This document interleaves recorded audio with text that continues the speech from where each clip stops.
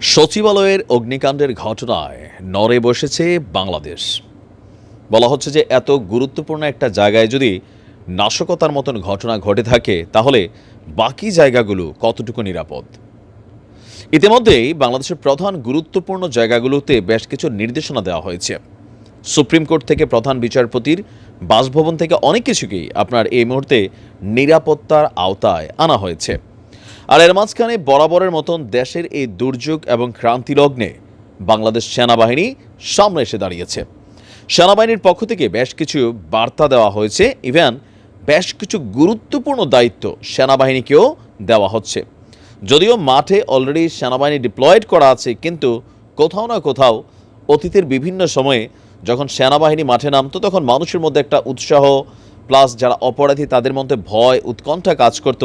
কিন্তু 24-এর এই July August পরবর্তী সময়ে সেনাবাহিনী মাঠে আছে ঠিকই, কিন্তু ওই ভয়টা বা ওই যে চার্মিং যে সিনারি ছিল সেটা কিন্তু আমরা দেখতে পাচ্ছি না। তবে সেনাবাহিনী বলছে ভিন্ন কথা।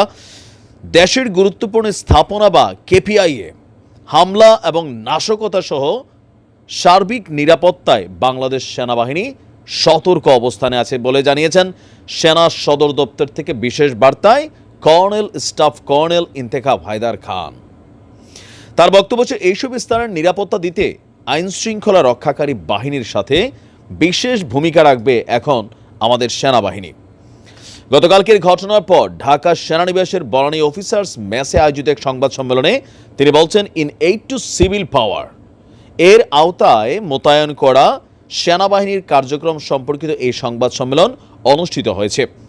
সচিবালয়ে আগুনের ঘটনার বিষয়ে তিনি বলছেন, এই ঘটনাটিকে তদন্ত করা হবে, সেখানে আগুন লাগার প্রকৃত ঘটনা জানা যাবে।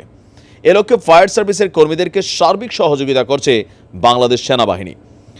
তো তিনি বলছেন যে আইন শৃঙ্খলা রক্ষায় চাপ নেওয়ার জন্যই সেনাবাহিনী প্রশিক্ষণ নিয়েছে, তবে আইন শৃঙ্খলা রক্ষাকারী বাহিনীর সঙ্গে সমন্বিতভাবে সেনাবাহিনী আইন শৃঙ্খলায় কাজ করে যাচ্ছে।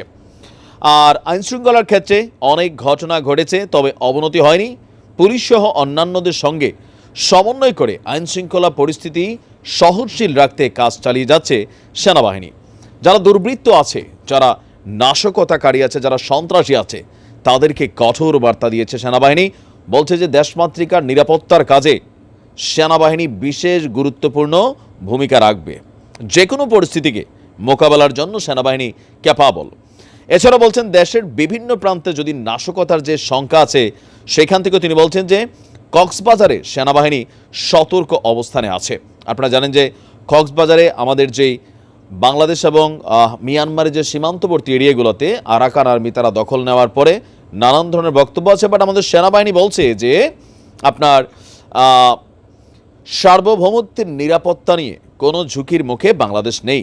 এছাড়াও রোহিঙ্গাদের অনুপ্রবেশ ঠেকাতে বিজিবি, কোস্টগার্ড সহ অন্যান্য আইনশৃঙ্খলা রক্ষাকারী বাহিনীগুলো কাজ করছে। বান্দরবানের ত্রিপুরাতে যেই অগ্নিসংযোগ এবং হামলার ঘটনা ঘটেছে সেটাও জমিজমা সংক্রান্ত বিরোধের জের ধরে। তো সেনাবাহিনী কতদিন মাঠে দায়িত্ব পালন করবে এটা স্পষ্ট না, এটা আসলে সরকারের সিদ্ধান্তের বিষয়। দেশে বিরাজমান পরিস্থিতিতে বাংলাদেশ সেনাবাহিনী বাংলাদেশের সার্বভৌমত্ব রক্ষা, দেশের জনগণের জানমাল এবং রাষ্ট্রীয় গুরুত্বপূর্ণ সম্পদ এবং স্থাপনার নিরাপত্তা প্রদান সহ সার্বিক পরিস্থিতি স্থিতিশীল রাখতে নিরলসভাবে কাজ করে যাচ্ছে এবং সামনেও যাবে। সেনাবাহিনী প্রধানের দিক নির্দেশনা আছে একটা বিশেষ, কি সেই দিক নির্দেশনা?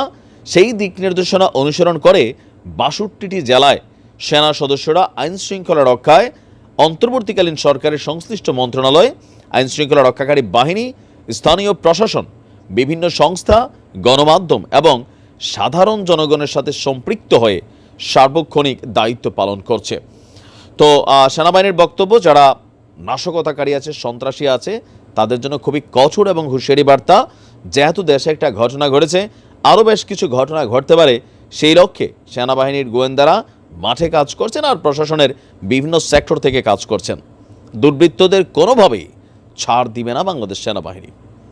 আমরাও চাই সেনাবাহিনীর হাতে দেশ নিরাপদ, সেনাবাহিনী যতক্ষণ আছে বাংলাদেশ নিরাপদ, এই অনুভবটা আমরাও করতে চাই। আর এছাড়াও বিভিন্ন জায়গায় যে ধরনের ছোটোখাটো আরও ঘটনা ঘটছে সেইখানে নিশ্চয়ই সেনাবাহিনী গুরুত্বপূর্ণ ভূমিকা পালন করবেন। ভালো থাকুন। আসসালামু আলাইকুম।